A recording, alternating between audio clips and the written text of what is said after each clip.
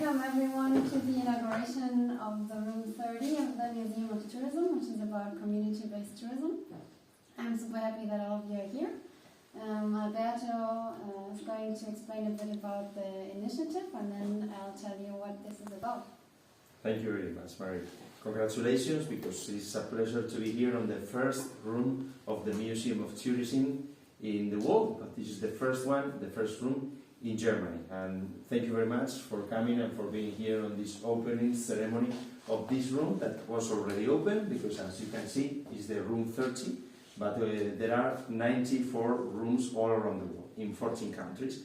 But we had the pandemic, we had some difficult situations, so we couldn't open officially this room that is today officially open. What's the Museum of Tourism? The Museum of Tourism is a non-profit initiative that works online and offline, thanks to the cooperation of more than 300 people and more than 50 companies and more than 50 institutions all around the world. There are people that are cooperating in 34 countries. There are 4 persons in charge. Here there are 3 of us. Raúl García Cuesta from Granada, Javier Mateos de Porras Gómez from Sevilla, Rafael, that is not here today, he's in Madrid, Rafael Guzmán Villarreal, and so many other people that are cooperating for trying to talk about the history of tourism. The history of tourism that could be very old or could be very new, because we are talking today about some sector inside the tourism sector that is not as old as other kinds of tourism. Every room we have the online Museum of Tourism, we have the web page, we have social media in 17 languages, and we try to talk about the history of tourism. And afterwards there are rooms like this. What's a room? A room is a display, a place where we try to talk about the history of tourism in some aspect. The history of a hotel, the history of a person, the history of a tour operator, the history of a destination, and today we are talking about something that is almost new because we are not talking about Thomas Cook or Baedeker or Dr. Tigges or whatever. It's not as old as other parts of tourism, but it's a pleasure to be here, and it's an honor because we are in a very important representation of this kind of tourism, that is the social tourism or the community-based tourism. And Marie is going to talk about this history and about this kind of tourism, and she's going to explain about this room, that is the origin of this room, because when we open a room, we are talking about a theme, an aspect, and afterwards it's not going to be like this in the future. This is the origin of this room.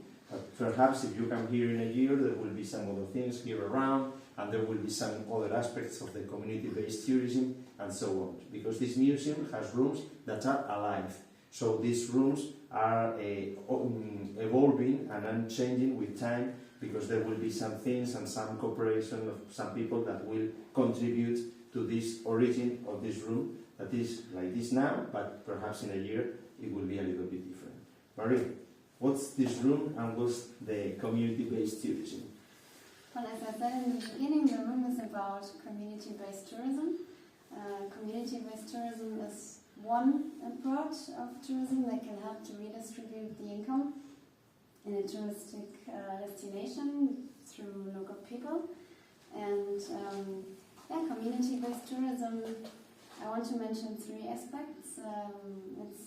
It's an approach where tourism is owned and managed by a community as a whole, where the community is also seeking to create a wider benefit for the whole community, beyond just the income of the tourism itself, and also creating some benefit for people outside of the initiative. For example, people in the value chain that also live or are part of the community. So having said that, there are a lot of aspects that can be tackled through community-based tourism, for example, to close the gender gap, because in many projects we see that there are also leading positions created for women, also in patriarchal cultural backgrounds. There can be also a lot of benefits for the protection of the environment. We just heard an example. So when communities protect their local ecosystem because they're attached to it, tourism can also incentivize them to even protect it more. And they can also, community-based tourism can help to preserve culture and also to develop some opportunities for the youth. And moreover, because me, myself, I'm not part of a community, I'm just supporting the Social, which is a foundation that supports communities. Having learned a bit about it, I think there's also a lot that we can learn from this concept, because looking from a westernized perspective, kind of, that we get more individualized each time, there is a community aspect that we can learn a lot from. So I think it's something very interesting to look into, to learn from, to support. And that's why we also decided to dedicate this showcase to community-based tourism, and we're super happy to be part of the initiative Museum of Tourism. You can see, as Alberto said, you can see some examples. So of course, it's actually not a new concept. I mean, communities have been living in communities for a long time.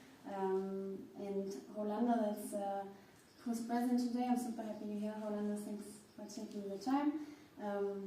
He's from a community in Ecuador, and he's part of the community-based tourism project in 27 years. And here you can see some examples that come from the communities that we support. We see some handicrafts from projects in Bolivia and also in Peru. We can also see that the shirt represents a project of community-based tourism projects of young people, as well as the graffiti. This was done by Jacob, that's his name. He's part of a community in Bogota, in Colombia, and together with his community members, they try to write their narrative in the community in a new way, by giving tours for tourists to understand a bit their reality and also to create their story themselves instead of having someone else talking about them. And below here, just to give an example, you see a picture of the first gathering encounter of communities in Latin America that took place, which also represents a bit that communities are getting empowered, and it's something that gets more visibility.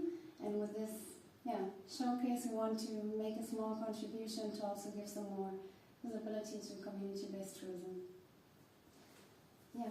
Thank you very much, Marie. I think that tourism helps a lot to the populations and the destinations. But this community-based tourism, I think that is the great example, the best example of how tourism can help to the destinations where people go. So for the Museum of Tourism, that we try to talk about the good things of tourism and giving value to the sector, I think that this is a very humble room, because it's not the biggest room of the museum, but the theme is perhaps one of the most interesting themes and aspects of the tourism sector.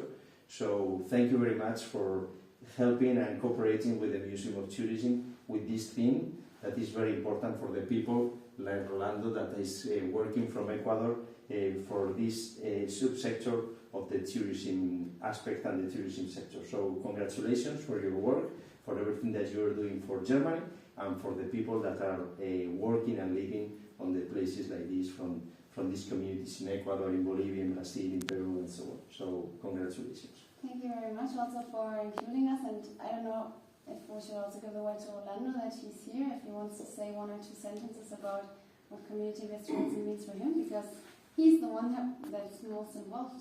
Rolando, si quieres puedes hablar en español, ven para acá y así puedes participar en la inauguración. Rolando es un buen ejemplo de una comunidad y efectivamente, como decía Marí, desde el 94, ¿verdad? Tiene un proyecto en Ecuador a poca distancia de Quito, y bueno, si quieres aportar también un poco a esta inauguración y decir lo que significa cada turista que llega a tu comunidad, pues ahora es tu turno.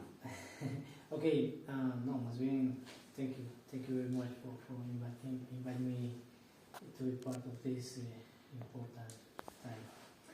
So yeah, definitely the ecotourism activity in my community at this moment is the most important activity that we have. So it is helping to to preserve 8,000 hectares of forest, for example.